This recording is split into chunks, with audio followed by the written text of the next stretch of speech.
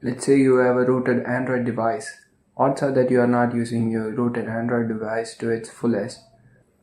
I'm Derry from Android, and these are my top 5 apps for rooted Android devices.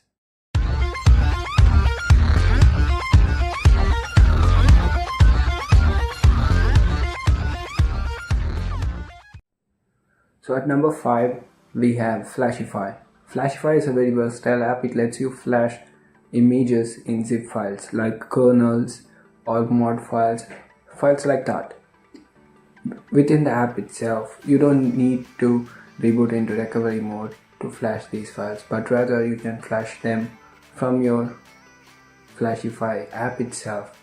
It's a really useful app for geeks and people who flash custom ROMs and custom kernels. But for an end user or a normal consumer, this might not seem to be useful, and that's why it is in the 5th position. At number 4, we have Titanium Backup. If you are a person who is into flashing custom ROMs, odds are that you would most probably know about this already. This is such a good backupping application that it is widely used among developers as well as people who flash custom ROMs, custom kernels and stuff like that.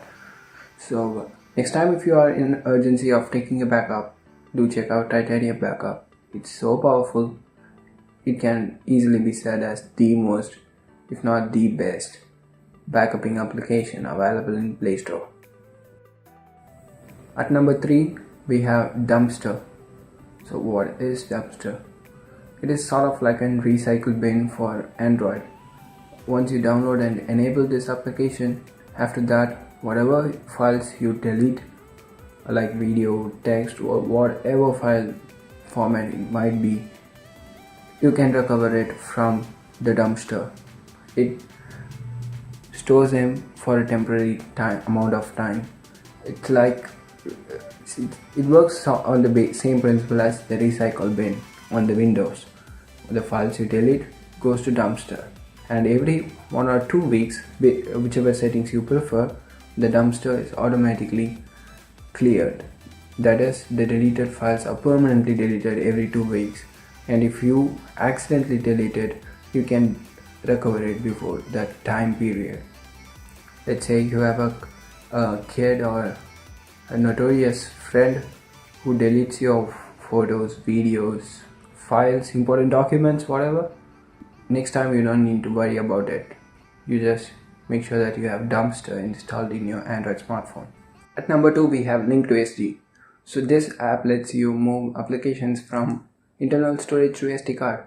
If you are asking me why should I consider this app, because my smartphone natively supports installing apps to SD card, or I already have an application downloaded from Play Store which does the same. Why should I consider Link to SD? Then let me explain you. So if you have already moved some application, you would most probably know that certain applications do not support moving to SD card. In which case, even if you somehow manage to move those applications to SD card, they will cease to work once they are moved to SD card. In such scenarios is when Link to SD kicks in.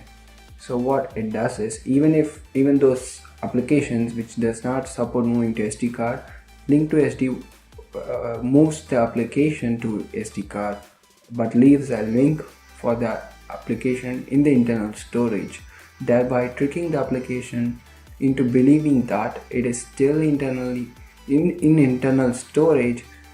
So it works just as perfect as it would if it was in the internal storage, but it is actually in the external storage. Wow, that was such a tongue twisting phrase. So now we have moved to the first place. So what is in the first place? Well, we have Xposed. This by far is the most used application or widely used application by root users. Well, if you are wondering why it says Xposed is not installed properly in my device, it is running on Android 7.0 Nougat, and currently Xposed is not supported for Nougat, and that is why. So Xposed just cannot be installed by downloading from Play Store, but rather it has to be flashed with proper custom recovery. So I will leave a link to a video tutorial in the description below, which was made by me, and also an XDA developer thread for the same Xposed module, so that you can download the respective files for your device. So that is it for this video, guys. If you like this video, hit the like button. For more videos, hit the subscribe button, and if you have any top 5 suggestions which I should make videos on, leave them in the comment section as well, and don't forget to hit that subscribe button. I'll see you in the next one. See ya.